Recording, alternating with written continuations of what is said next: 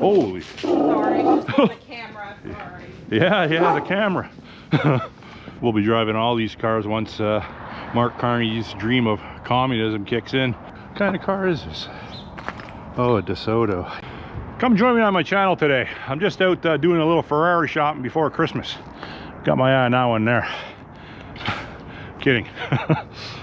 I'm just completing my my December 22nd morning walk. It's Monday in Toronto, and this will be my last video before Christmas. And I want to discuss, or I did discuss on this video, our ever increasing, our ever tightening gun laws, and it ties into the Bondi Beach massacre from those two Islamic extremists. So stick around.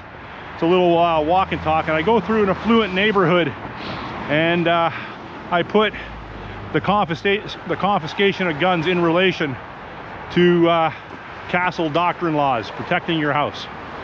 Stick around. Well, when is the final push going to be for the big gun grab in Canada? Like I stated before, I think there is going to be a false flag in Toronto predominantly, but more than likely somewhere in Canada very soon. They got to do the same thing that happened in Australia at Bondi Beach. They have to unleash some of their radicalized jihadists to bang up a Christian group of some sort. More than likely it'll be a Jewish community.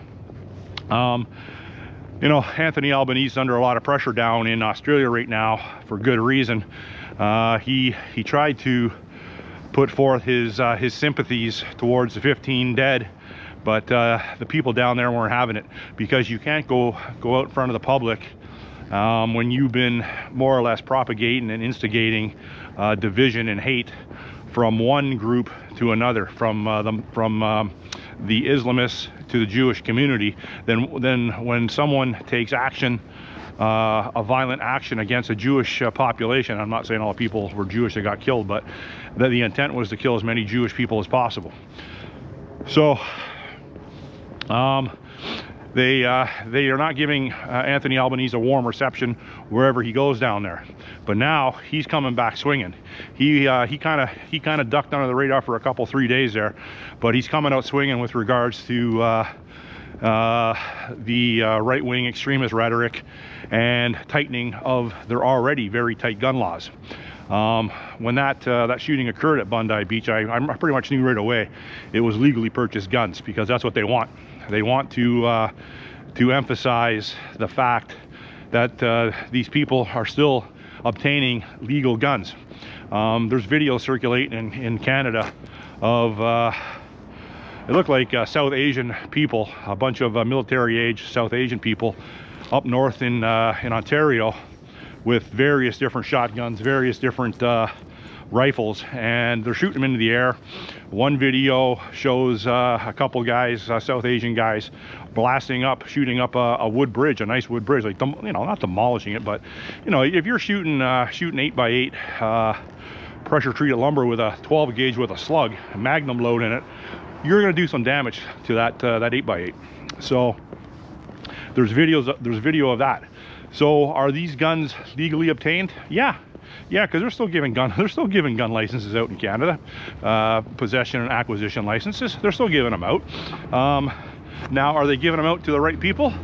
Well, if you get 10 or 12 people, you know, shooting guns into the air of South Asian descent, they're not. It wasn't an Irish crew, and you know, they're all legally obtained. Or maybe they weren't, I don't know. But regardless, it's very dangerous, and it's very against the law to do something like that. So they are so the rhetoric down in Australia, they're going full force with regards to more gun restrictions. So in order to do that in Canada, in my estimation, to further the gun grab and to further the buyback program and to further more restrictions in Canada, they have to have a false flag like they allowed in Australia. That's what I think happened. I think they allowed it. I think they had these guys on the radar for a long time, the father and son. I think they knew they went to the Philippines to train. There's training footage of them. shooting their shotguns and their long guns, their straight pull bolt actions. They're on the radar, and I think the government knew that they were going to perpetrate something, and they allowed it. I know, sounds crazy. It's very controversial for me to say that, but that's what I believe. So they can install further draconian laws. Then also Albanese went on to tie this all into hate speech. He's starting to ramp up the rhetoric with regards to hate speech. It's basically anyone that starts calling out these corrupt politicians that are literally getting us killed. They're going to deem it hate speech. They're going to deem what I'm saying hate speech. They're going to deem me a racist, bigot, misogynist. So they're going to deem me all that. And they have been doing that. Not me specifically, but people like me as a group, right? Even if we have no affiliation with any sort of right-wing extremist group, which I don't. And I'm sure that that I've been checked multiple times through social media and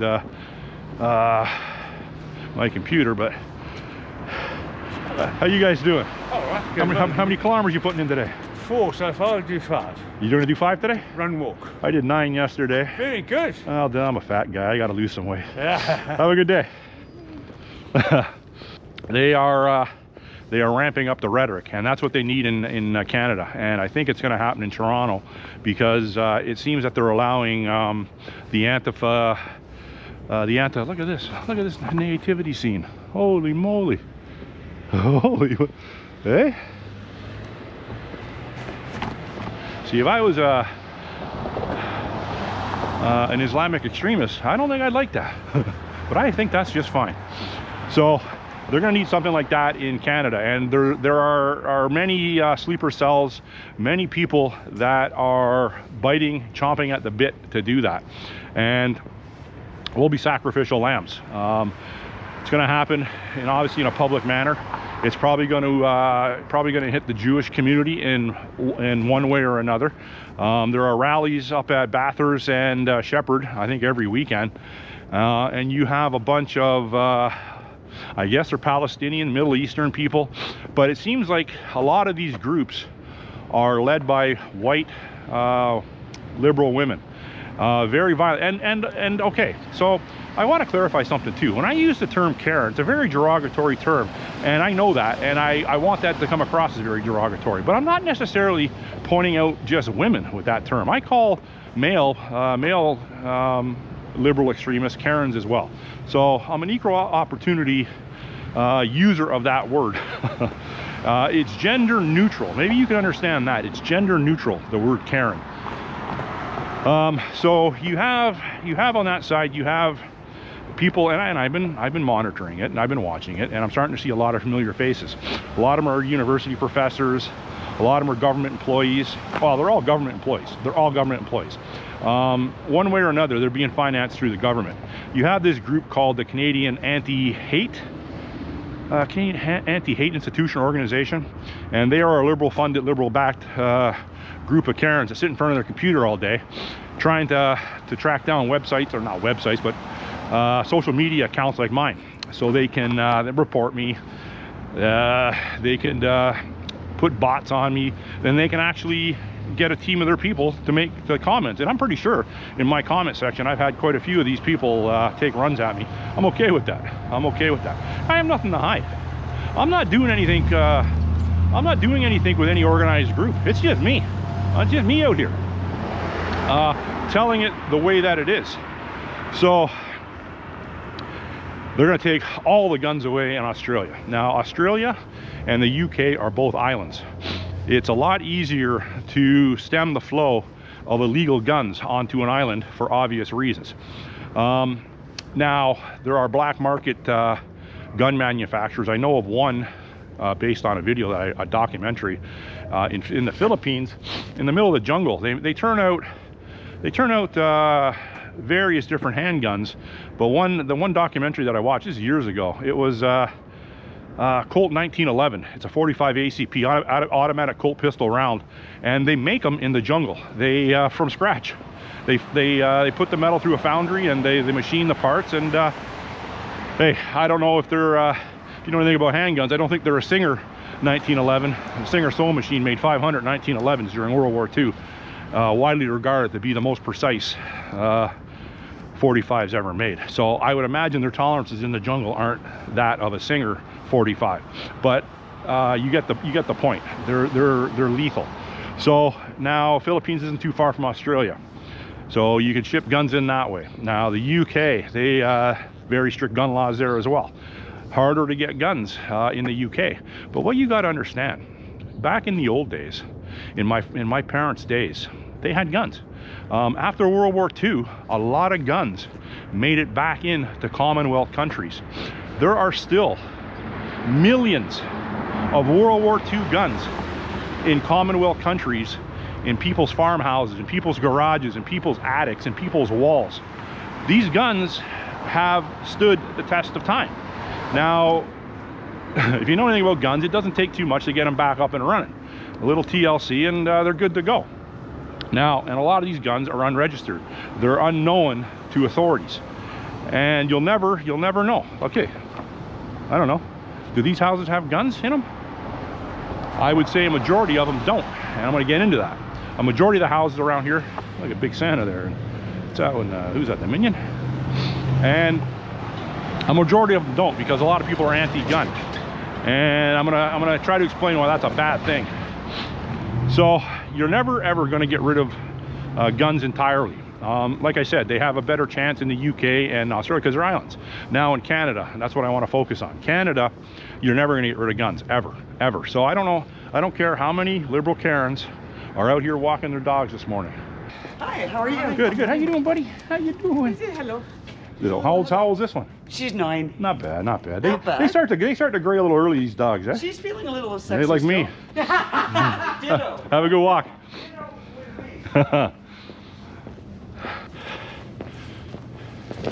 Holy. Sorry, the camera, sorry. Yeah, the camera. The camera, yeah. Holy fuck. Fucking Karens. That's all you see. And that's another thing too. That's all you see. It's just white women walking their dogs constantly. Anyhow, getting back in under, there's another Karen coming with their dog. I'm going up this street. I've had enough of these Karens with their dogs. Unbelievable.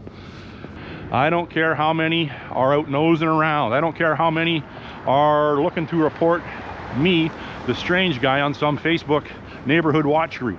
You're not going to get rid of all the guns. It's impossible. And the main reason is because there's too many guns in Canada already, but the moreover is our close proximity to the United States. We all know that 99.9% of all guns used in the commission of crimes in Canada are sourced through the US, okay? If you do a quick AI Google search, you can come up with over 12 million guns in Canada and over 400 million guns in the US. Now, the number in Canada is light. I remember years ago researching that, and it came back like 27 or 29 million guns. Now all of a sudden it's just 12, I think 12.7 million. No, that's wrong. There's way more than 12.7 million guns in this country. Now that's a lot of guns. Now in the States, and I'm talking in civilian hands, now there's over 400 million in the States. That's probably light too. So how guns are sourced in Canada, a lot of them, a good percentage of them, come through border crossings, okay? Now all across Canada, we have a big, large, I think the largest undefended border in the world. So at border checkpoints, the CBSA or their border service down there, I can't think of it right now, but it's not guns going that way, it's guns coming our way anyways. Canada Border Protection Agency.